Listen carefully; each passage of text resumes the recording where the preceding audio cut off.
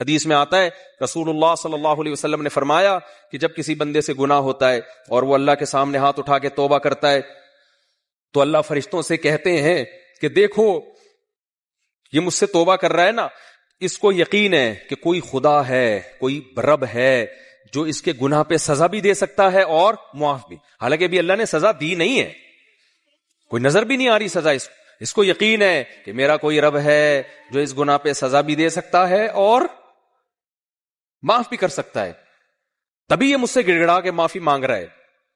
تو میں اس کے عمل کی لاج رکھتا ہوں. اس کا یہ نہ بہت سے گناہ کرتے ہیں، نہیں ہاتھ اٹھاتے اللہ کے سامنے، اور اللہ کو دیکھنے کے بعد تو سارے ہی ہاتھ اٹھائیں گے، تو پھر تو سارے اٹھا لیں گے ہاتھ، توبہ کریں گے. اللہ کہہ رہے ہیں دیکھا نہیں ہے اس نے، میری آیات پر ایمان لایا ہے، میری نشانیاں دیکھ کر، میرے پیغمبروں کی دعوت پر لبیک کہا ہے، تو اس عمل کی لاج رکھ کے میں اس کی توبہ کو قبول کروں گا. حدیث میں آتا ہے پھر وہ دوبارہ گناہ کرتا ہے، پھر دوبارہ اللہ کے سامنے آ کے معافی مانگتا ہے.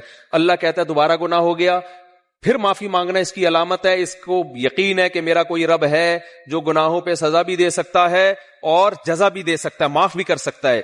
تو پھر یہ معافی مانگ رہا ہے.